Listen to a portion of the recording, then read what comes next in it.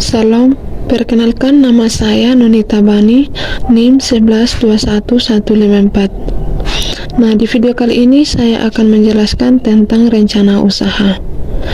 Nah, dalam memulai sebuah usaha atau bisnis, tentu ada rencana yang sudah dibuat sebelumnya. Rencana tersebut tentunya perlu dibuat dengan sangat matang, supaya usaha yang akan dijalankan bisa jadi bisnis yang berhasil. Untuk itu, perlu mengetahui cara membuat rencana usaha yang baik dan benar. Apa itu rencana usaha? Nah, rencana usaha adalah pedoman supaya kegiatan berbisnis bisa mencapai tujuan yang jelas. Tujuan umum dari bisnis sendiri biasanya adalah mendapatkan keuntungan atau laba usaha secara maksimal dengan usaha yang minimal. Oleh karena itu, agar bisa mencapai tujuan tersebut, diperlukan sebuah visi, program, sampai sebuah strategi yang tepat. Itu semua adalah isi dari sebuah business plan. Dari dokumen inilah sebuah bisnis berawal dan bisa menjadi satu bisnis besar yang mendatangkan banyak keuntungan bagi pemilik dan pengelolanya. Bisa dibilang juga bahwa rencana usaha menjadi sebuah pedoman supaya usaha yang kita miliki bisa berjalan lancar dan mencapai targetnya. Nah, bagaimana cara membuat perencanaan usaha yang efektif? Untuk kita para pembisnis pemula, mengetahui cara membuat sebuah rencana usaha ini cukup penting. Membuat dokumen business plan ini harus dilakukan dengan baik dan teliti. Ada beberapa cara yang perlu diperhatikan sehingga dokumen business plan bisa efektif. Yang pertama, lakukan riset mendalam. Hal pertama yang perlu dilakukan adalah melakukan riset.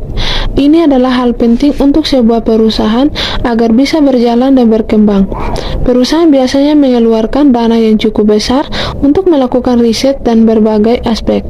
Gunanya tentu untuk membuat business plan bisa efektif. Perusahaan melakukan riset dengan harapan bisa memetakan produk, target pasar, sampai para pesaing. Semua aspek itu akan sangat penting dalam menentukan keberlangsungan sebuah perusahaan. Hasil riset juga bisa membuat perusahaan tahu tujuan dan perencanaan usaha seperti apa yang harus diambil. Yang kedua, tentukan tujuan. Nah, pada dokumen business plan ada banyak aspek yang dimuat. Salah satu hal yang tidak akan tertinggal dalam dokumen ini adalah tujuan dari perencanaan usaha itu sendiri. Mengenali dan mengetahui dengan pasti tujuan dari perencanaan usaha yang dibuat sangat penting. Perusahaan bisa menyusun dan membuat strategi marketing yang tepat hingga menentukan arah perusahaan. Yang ketiga, cari tahu potensi persaingan yang bisa muncul. Hasil riset mendalam yang dilakukan di awal akan memberikan peta pesaing yang mempunyai bisnis mirip atau bahkan sama. Pemetaan tersebut penting untuk mencari tahu perilaku pesaing dalam menghadapi persaingan di pasar. Mempelajari pesaing serta penyebab dari sebuah kegagalan adalah pelajaran yang bisa didapatkan untuk antisipasi sehingga perusahaan tidak jatuh di lubang yang sama. Kesalahan pesaing menjadi pedoman bagi perusahaan agar tidak sampai mengalami nasib kegagalan yang sama dengan perusahaan lain. Jika bisa mengetahui pedoman apa saja untuk perusahaan, maka dokumen perencanaan bisa jadi lebih efektif. Yang keempat, susun strategi dan buat dokumen. Masukkan strategi marketing yang tepat dalam dokumen perencanaan usaha. Menyusun strategi pemasaran bisa membantu perusahaan meraup keuntungan finansial secara optimal dan juga meraih pasar dengan baik. Selain membuat strategi marketing yang tepat, perlu dokumentasikan semua aspek bisnis yang ada kaitannya dengan perusahaan. Misalnya saja proyek yang sedang dalam proses, sampai arus kas dan pengeluaran juga perlu didokumentasikan. Mendokumentasikan semua aspek bisnis bisa menjadi salah satu keunggulan perusahaan untuk menarik investor. Jika semua disusun dengan rapi dan rinci, investor pasti bisa lebih percaya untuk menanamkan modal pada perusahaan tersebut. Jadi, pastikan untuk tidak melewatkan dokumentasi tersebut. Yang kelima, rencanakan pembukuan. Ini adalah salah satu aspek yang biasanya diabaikan dan dilupakan oleh para pembisnis. Padahal pembukuan adalah hal yang sangat penting dalam menjalankan sebuah bisnis. Sejak merencanakan membuka sebuah bisnis, maka pembukuan juga harus ikut direncanakan sejak awal. Dari pembukuan ini, perusahaan bisa mengetahui posisinya, apakah sedang dalam keadaan baik atau buruk. Rencana usaha memang bagi sebagian orang dianggap sepele, hanya perlu dipikirkan tanpa perlu dicatat dan ditulis pasti jadi usahanya. Namun dalam prakteknya, menjalankan sebuah bisnis itu butuh keuletan, kesabaran, dan ketelitian.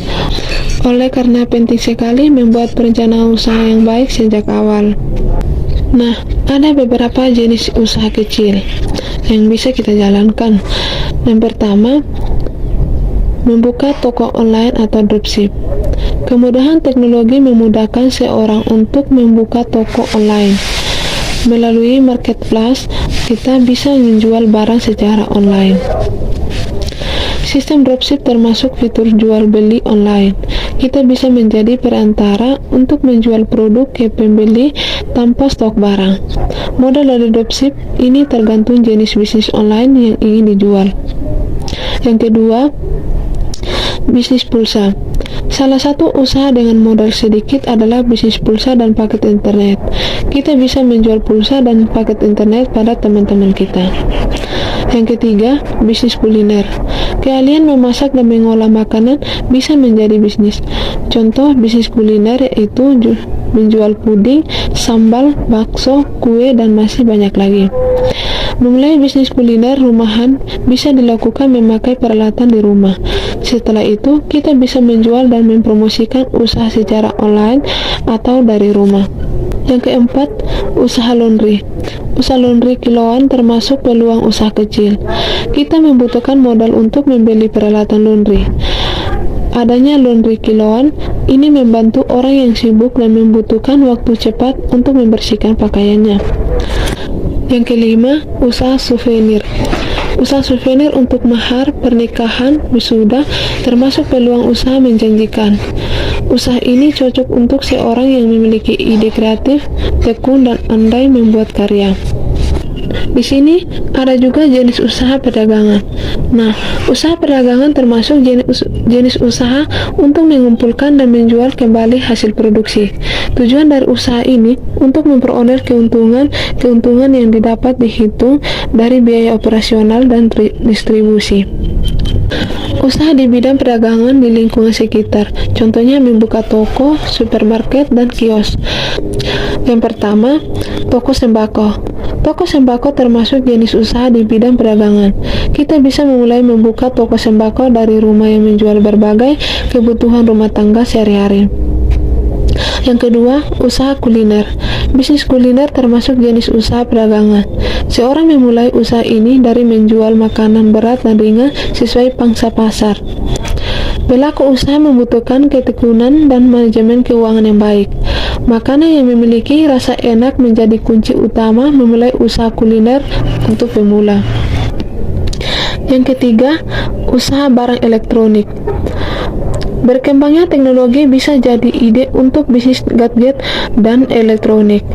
Mengutip dari jumlah ID, membuka toko elektronik membutuhkan modal besar.